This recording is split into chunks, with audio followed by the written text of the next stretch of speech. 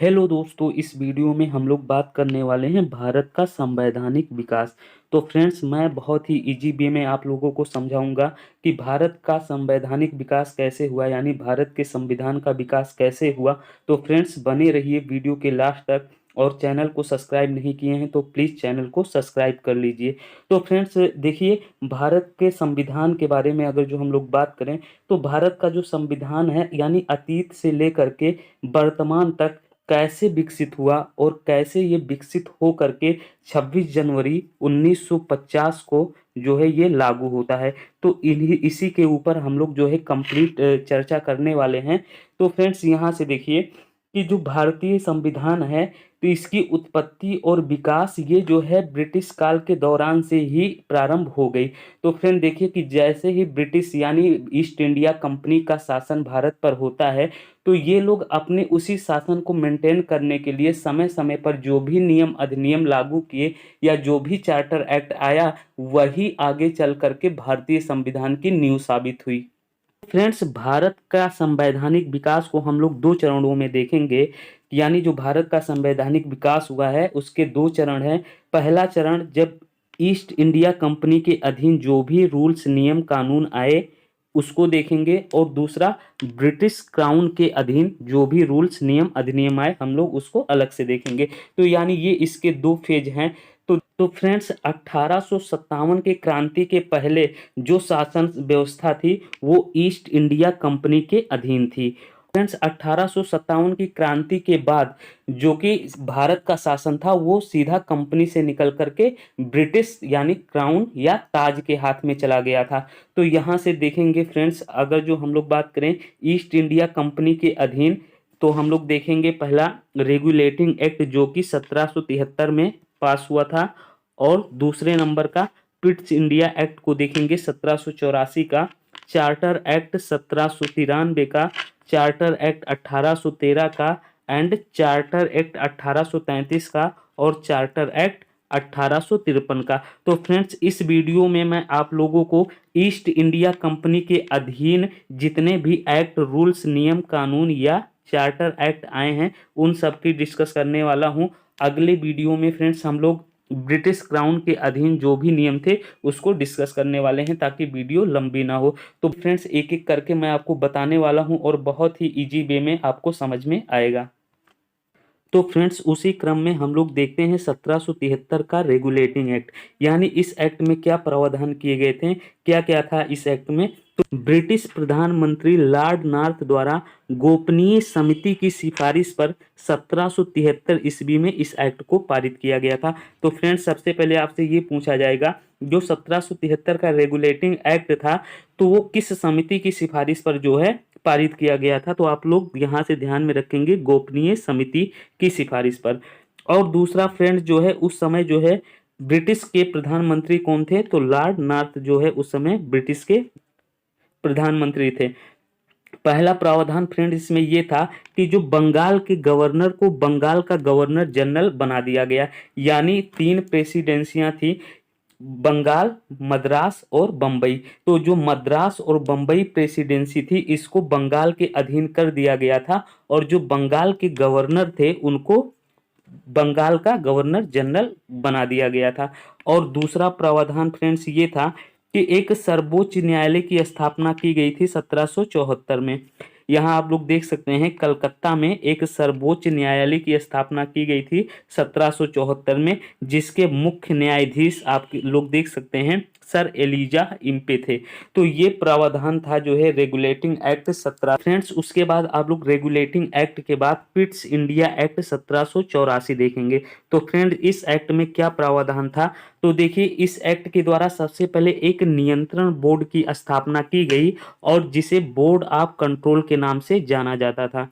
तो इस एक्ट से सबसे पहले एक नियंत्रण बोर्ड की स्थापना हुई और जिसका नाम क्या था, बोर्ड ऑफ कंट्रोल। एंड दूसरा प्रावधान ये था कि जो भी सैनिक और राजस्व संबंधी जितने भी मामले थे वो सब को जो है नियंत्रण बोर्ड के अधीन कर दिया गया। यानी सैनिक और राजस्व संबंधी जितने भी मामले थे उन सबको जो है नियंत्रण बोर्ड के अधीन कर दिया गया।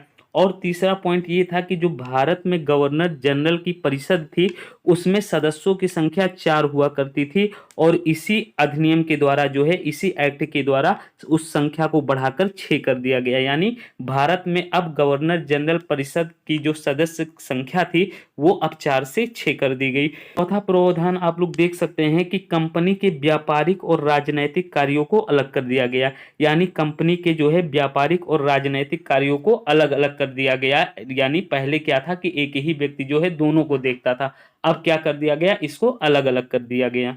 तो फ्रेंड्स अब यहाँ देखेंगे हम लोग चार्टर एक्ट 1793। यानी इस एक्ट में क्या था, तो देखिए सबसे पहले इसमें क्या हुआ कि कंपनी के जो व्यापारिक अधिकार थे, यानी कंपनी का जो व्यापारिक अधिकार था उसको 20 वर्षों के लिए और बढ़ा दिया गया। मतलब अब जो भी एक्ट आएगा वो 20 वर्ष के बाद ही आएगा। तो देखिए इस एक्ट से, यानी जो 1793 का एक्ट था, इसमें सबसे इंपॉर्टेंट काम ये हुआ कि यहाँ से आपके सिविल सर्विसेज की शुरुआत हो गई। यानी सिविल सर्विस की शुरुआत जो है, ये आपसे क्वेश्चन बार बार पूछा जाता है कि जो है सिविल सर्विस की शुरुआत कब हुई, यानी किस एक्ट से हुई, तो आप लोगों का जवाब होगा 1793 के चार्टर एक्ट से। तो यहाँ से देखिए इस एक्ट से आपको दो चीजें पता चल गई कि यानी सिविल सर्विस की शुरुआत हुई और कंपनी के जो है अधिकारों को जो है 20 वर्षों तक का बढ़ा दिया गया। और बोर्ड ऑफ कंट्रोल के अधिकारी, यानी इसके पहले के एक्ट में जो बोर्ड ऑफ कंट्रोल का गठन किया गया था, उनके अधिकारियों का वेतन जो है भारतीय कोषों से दिया जाने लगा। तो फ्रेंड्स इसके बाद जो चार्टर एक्ट आएगा, यानी जो आया था 1813 में, इसके पहले जो चार्टर एक्ट आया था 1793 में, तो देखिए 20 वर्षों बाद जो है, 20 वर्ष के बाद जो है पुनः जो है चार्टर एक्ट आएगा। तो देखिए इसमें क्या था, इसमें क्या हुआ, जैसे ही ये एक्ट आया इसने कंपनी को अगले 20 वर्ष तक शासन और राजस्व नियंत्रण का अधिकार दे दिया। यानी क्या हुआ कि कंपनी जो है अगले 20 साल तक जो है शासन करेगी और राजस्व का नियंत्रण पूरी तरह से उसके हाथ में होगा। जो व्यापारिक अधिकार था इसको समाप्त कर दिया गया, लेकिन पूरी तरह से समाप्त नहीं किया गया था। ये चीन के साथ और चाय के व्यापार पर इनका एकाधिकार था। यानी ये चीन के साथ केवल यही व्यापार करेंगे और चाय का व्यापार केवल यही करेंगे। यानी व्यापारिक एकाधिकार तो समाप्त कर दिया गया, लेकिन पूरी तरह से नहीं समाप्त किया गया। आप लोग देख सकते हैं चीन के साथ व्यापार पे जो है इनका एकाधिकार था और चाय के व्यापार पर इनका एकाधिकार था। और यहाँ से देखेंगे, और जो मोस्ट इंपॉर्टेंट प्रावधान ये हुआ कि भारतीयों की शिक्षा पर प्रत्येक वर्ष 1 लाख खर्च करने का प्रावधान किया गया और ईसाई मिशनरियों को धर्म प्रचार हेतु छूट मिल गई। इसी एक्ट से जो है ईसाई जो जितने भी मिशनरी थे जो भारत आए हैं, वो अपने धर्म का प्रचार प्रसार के लिए उनको इस एक्ट के द्वारा छूट दे दी गई। तो फ्रेंड्स उसी के क्रम में देखिए चार्टर अधिनियम 1833 आता है, जो कि 1813 के 20 साल बाद जो है ये चार्टर अधिनियम आया 1833 का। देखिए इसमें क्या हुआ, इसमें पूरी तरह से व्यापारिक एकाधिकार को समाप्त कर दिया गया। तो देखिए फ्रेंड इसके पहले जो 1813 का अधिनियम आया था तो उसमें क्या था, उसमें भी व्यापारिक अधिकार समाप्त कर दिया गया था, लेकिन पूरी तरह से नहीं किया गया था क्योंकि चीन और चाय का व्यापार ये लोग अपने पास रखे थे। लेकिन इस अधिनियम से पूरी तरह जो है व्यापार एकाधिकार समाप्त कर दिया गया था। कोई भी कहीं से भी जो है व्यापार कर सकता है। प्लस यहाँ देखिए दूसरा पॉइंट ये था कि राजस्व पर कंपनी के अधिकार को पुनः 20 वर्ष बढ़ा दिया गया। यानी राजस्व पर जो कंपनी का अधिकार था उसको फिर से 20 साल के लिए और बढ़ा दिया गया।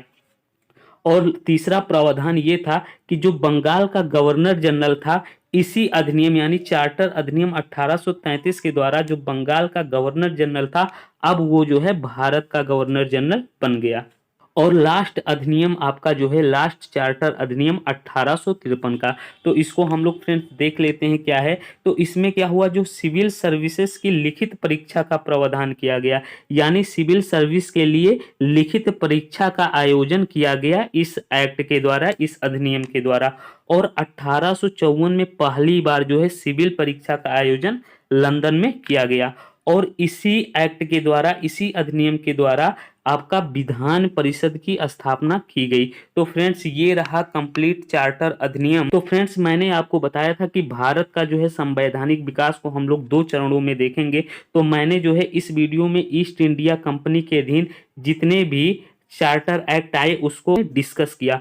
फिर फ्रेंड्स अगली वीडियो में हम लोग देखेंगे ब्रिटिश क्राउन के अधीन जो भी अधिनियम आए, जो भी नियम आए, ये जो है